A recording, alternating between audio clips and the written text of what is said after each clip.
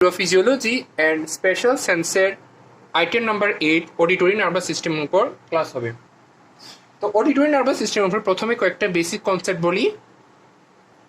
আমাদের ইয়ারের হচ্ছে তিনটা স্তর, একটা হচ্ছে আউটার ইয়ার, এরপরটা হচ্ছে মিডিল ইয়ার, তারপরটা হচ্ছে ইনার ইয়ার। আউটার ইয়ার শুধু অরিকল এবং এক্সটার্নাল অডিটরি ক্যানেল নিয়ে গঠিত। মিডিল ইয়ার এবং আউটার ইয়ার একটি টিম্প্যানিক মেমব্রেন দ্বারা আলাদা, এবং মিডিল ইয়ারে তিনটি অস্থি থাকে, মেলিয়াস, ইনকাস অ্যান্ড স্টেপিস। এরপর ইনার ইয়ারে তিনটা অংশ থাকে, একটা হচ্ছে স্কেলা ভেস্টিবুলি, তারপর হচ্ছে স্কেলা মিডিয়া, এরপরে হচ্ছে স্কেলা টিম্পেনি।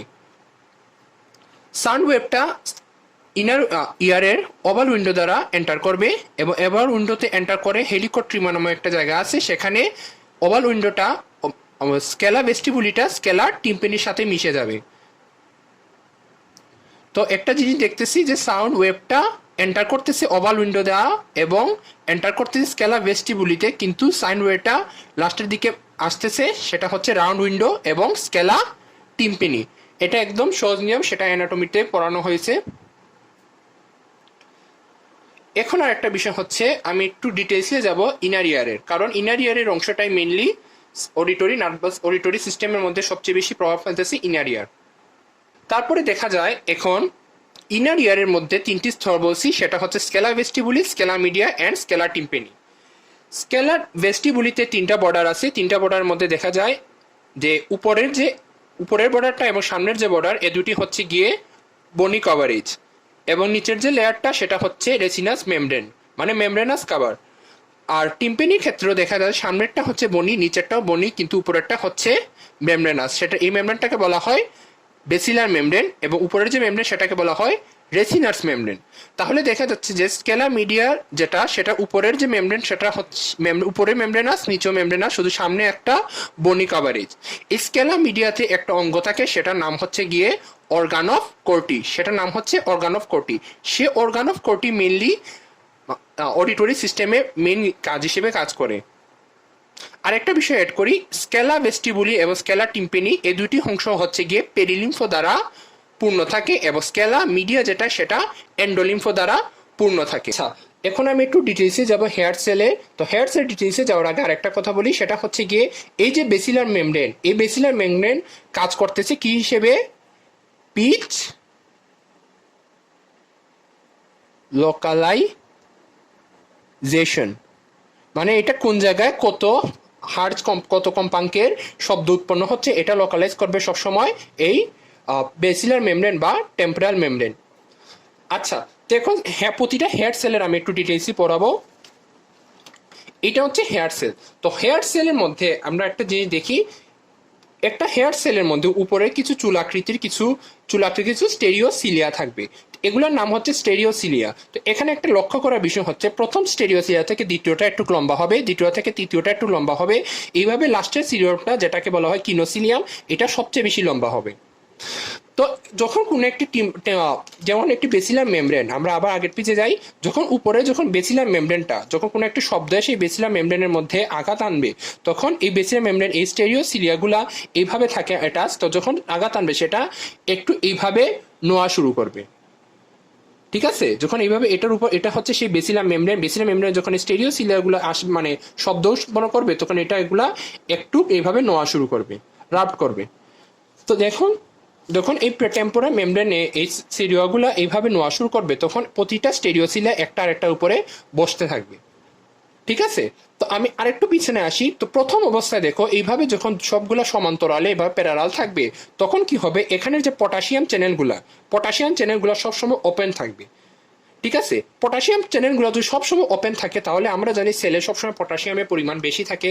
যদি পটাশিয়াম চ্যানেল এইভাবে ওপেন থাকে, তাহলে দেখা যাবে পটাশিয়াম অতিরিক্ত পরিমাণে এখান থেকে সেল থেকে ইফ্লাক্স হচ্ছে, অতিরিক্ত পটাশিয়াম চ্যানেল থেকে সেল থেকে বের হয়ে যাচ্ছে। তাহলে অনায়াসে বোঝা যাচ্ছে যে পটাশিয়াম যদি কোনো একটি সেল থেকে বের হয়ে যায়, তাহলে সেটা অতিরিক্ত নেগেটিভিটি হবে। তাহলে আমরা যদি বলি যে এটার নর্মাল আরএমপি হচ্ছে -70, তাহলে যদি অতিরিক্ত পরিমাণে পটাশিয়াম এটা থেকে যদি ইফ্লাক্স হয়, যদি অতিরিক্ত পটাশিয়াম যদি বের হয়ে যায়, তাহলে দেখা যাবে সেটা পটাশিয়াম মান আসবে 140।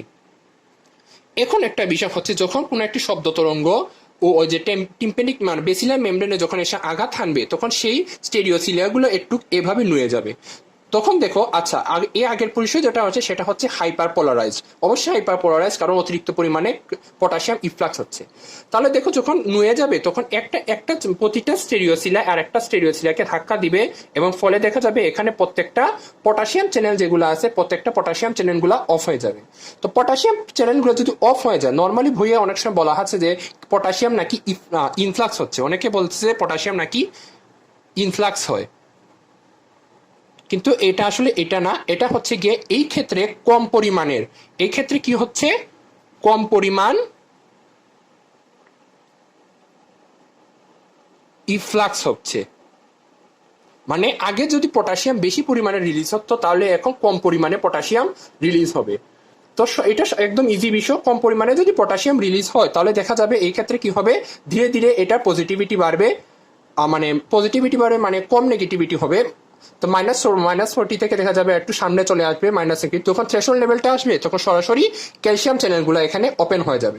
ক্যালসিয়াম চ্যানেল ওপেন হওয়ার সাথে সাথে সেখানে বিভিন্ন ভেসিকল আছে, সেই ভেসিকলগুলো গ্লুটামেট নামক একটি গ্লুটামেট রিলিজ করবে এবং সেটা ককলিয়ার নার্ভে যাবে এবং ককলিয়ার নার্ভের মধ্যে অ্যাকশন পটেনশিয়াল ক্রিয়েট করবে।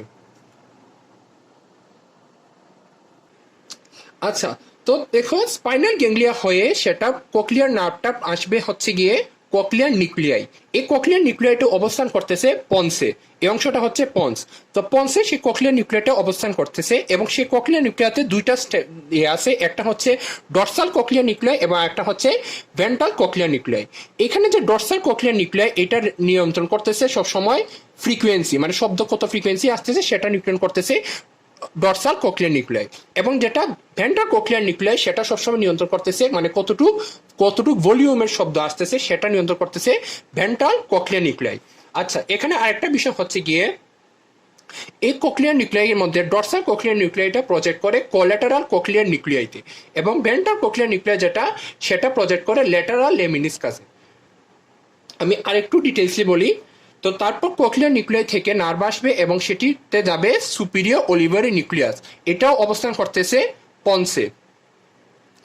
সুপিরিয়র নিউক্লিয়াইটা superior olivary nucleus, superior olivary nucleus থেকে সেটা আসবে ল্যাটারাল লেমিনিসকাস, এটা হচ্ছে গিয়ে সেই ল্যাটারাল লেমিনিসকাস। এর আগে আর একটা নিউক্লিয়াস আছে সেটা হচ্ছে ল্যাটারাল লেমিনিসকাস কমিশার, এখানে একটা কমিশার আছে। ল্যাটারাল লেমিনিসকাস হয়ে সেটা আসবে মিড ব্রেইনে, মিড ব্রেইনে আর একটা নিউক্লিয়াস আছে সেটা হচ্ছে ইনফিরিয়র কলিকুলাস, ইনফিরিয়র কলিকুলাস এখানেও আর একটা কমিশার আছে inferior commissure of the inferior colliculus. তারপর একটা নার্ভ হয়ে সেটা হচ্ছে ব্রাঙ্কিয়াম অফ ইনফিরিয়র কলিকুলাসটা আসবে medial geniculate body, medial geniculate body থেকে সেটা সরাসরি নার্ভে যাবে এবং প্রাইমারি অডিটরি কর্ডেট অথবা সুপিরিয়র টেম্পোরাল জাইরাসে, এটা হচ্ছে এরিয়া 41 অথবা 42 যেটা আমাদের হিয়ারিং এ কাজ করে। এখন আরেকটা ইম্পর্টেন্ট কথা হচ্ছে এই superior nucleus, the superior nucleus plays a role in sound localization and by a neural processing, মানে এই সুপিরিয়র নিউক্লিয়াসটাই সবসময় সেই কাজে করতেছে যেটা মানে কোনো শব্দ বাম দিক থেকে আসছে নাকি ডান দিক থেকে আসছে এটা সুপিরিয়র অলিভাইটা নিয়ন্ত্রণ করবে। তাহলে আমি এখানে একটু লিখতে পারি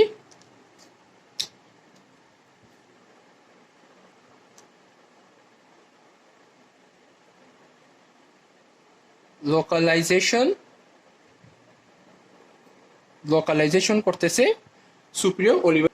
আরেকটা বিষয় দেখো সেটা হচ্ছে গিয়ে collicular nucleus, it is the only auditory nuclear that do not receive any by a neural input.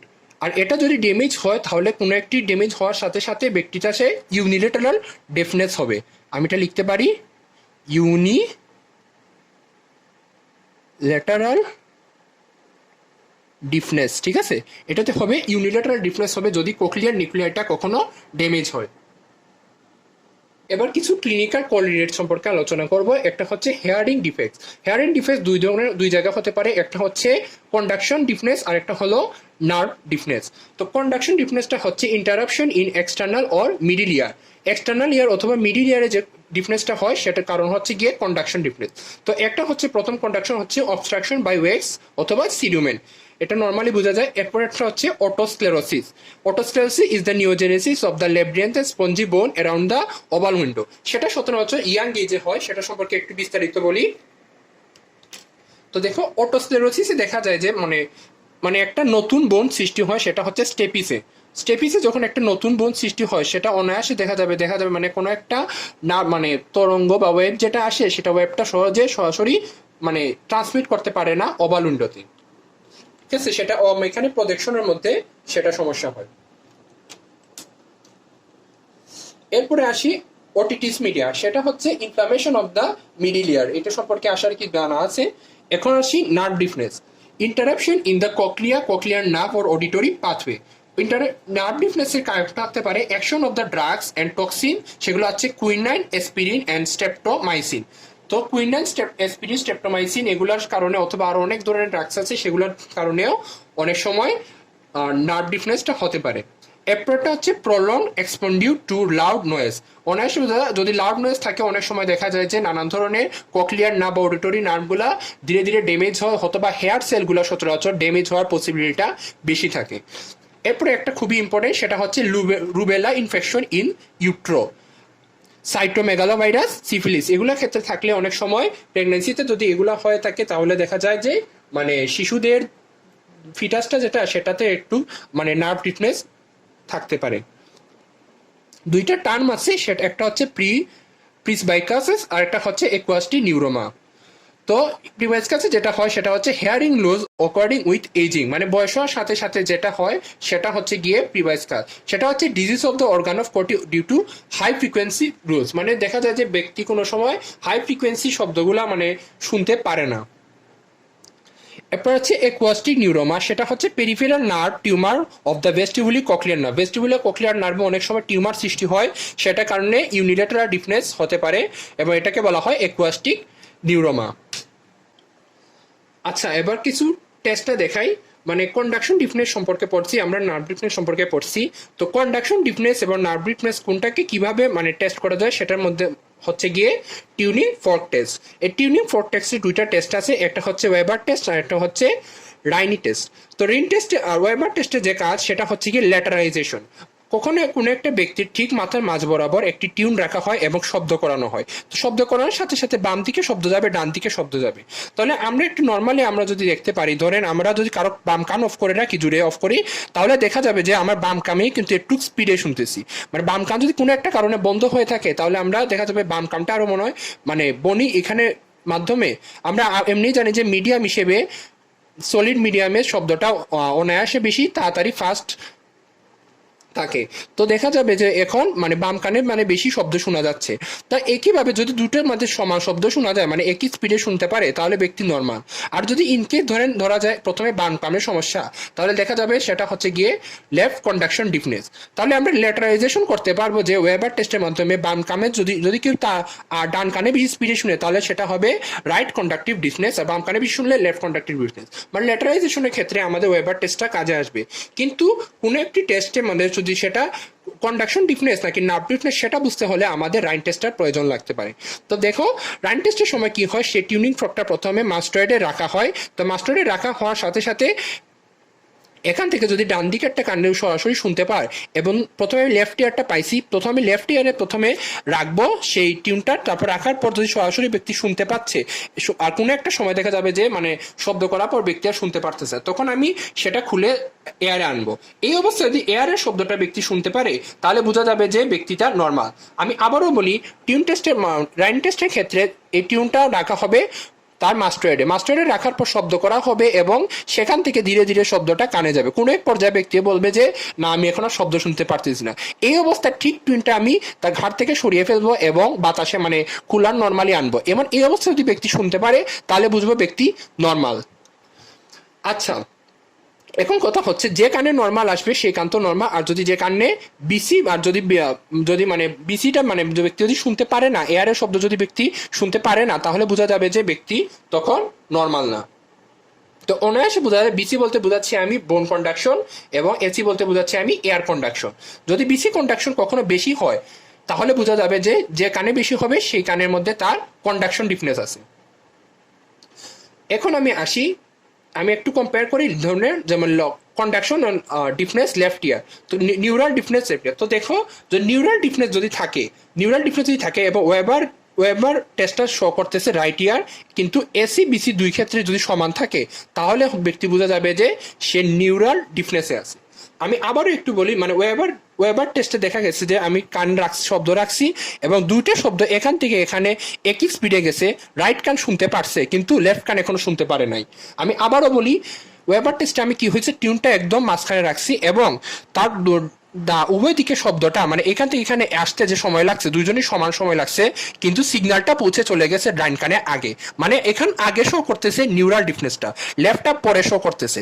তাহলে এই ক্ষেত্রে দেখো অনায়াসে বোঝা যাচ্ছে যে মানে কন্ডাকশনে এই ক্ষেত্রে কোনো সমস্যা হয় নাই, যেহেতু কন্ডাকশনে কোনো ধরনের সমস্যা হয় নাই মানে সেটা নিউরাল ডিফনেসে আছে। তো দেখো এই ক্ষেত্রেও এসি বিসি এর পরিমাণ অবশ্যই সমান থাকবে, সেম লেফট ইয়ারের ক্ষেত্রেও। সো থ্যাংক ইউ, এটা ছিল আজকের ক্লাস। আমি একটা কোয়েশ্চেন দিয়ে দিছি, সবাই একটু আনসার দিবেন এটা। Thank you.